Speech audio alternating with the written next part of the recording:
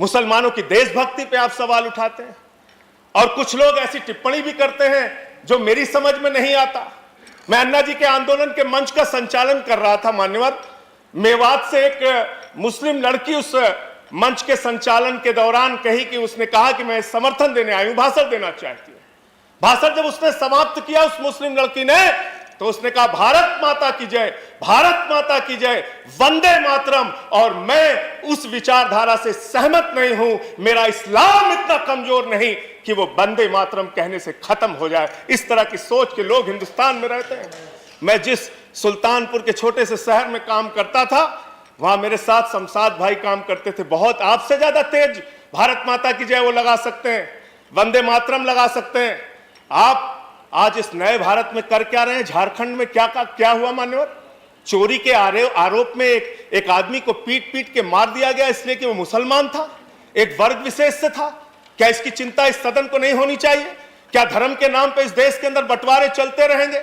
ये विविधता में एकता वाला देश है। यहाँ पे सभी धर्म, सभी जाति, सभी वर्ग के लोगों को सम्मान से रहने का हक है। लेकिन आपको तो दाढ़ी से आपत्ति हो जाती है, टोपी से आपत्ति हो जाती है।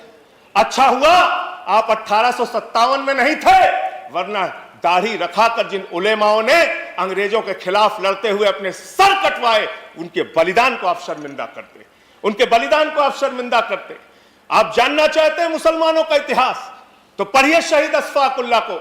जब फैजाबाद की जेल में उनको फांसी के फंदे पर ले जाया जा रहा था, उनसे पूछा गया आपकी कोई अंतिम इच्छा? तो उन्होंने कहा कुछ आरजू नहीं है, बस आरजू है इतनी, रख दे जरा से कोई खाके वतन कफन पे। यह है मुसलमानों का इतिहास, पढ़ लेना। बहादुर शाह जफर के इतिहास को पढ़ लेना। उनके बेटों का सर कटवा के रंगून की जेल में उनके सामने रखा गया मान्यवर।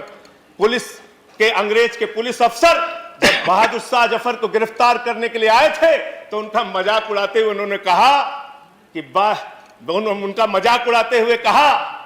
दम दमे में दम नहीं, अब खैर मांगो जान की, ऐ जफर ठंडी हुई शमशीर हिंदुस्तान की। तो उस बहादुर शाह जफर ने अंग्रेज अफसर को जवाब दिया था कि गाजियों में बू रहेगी जब तलक ईमान की, तख्त लंदन तक चलेगी तेग हिंदुस्तान की। हिंदुस्तान के मुसलमानों के इतिहास को पढ़िए तो उनके प्रति आपके मन में सम्मान पैदा होगा।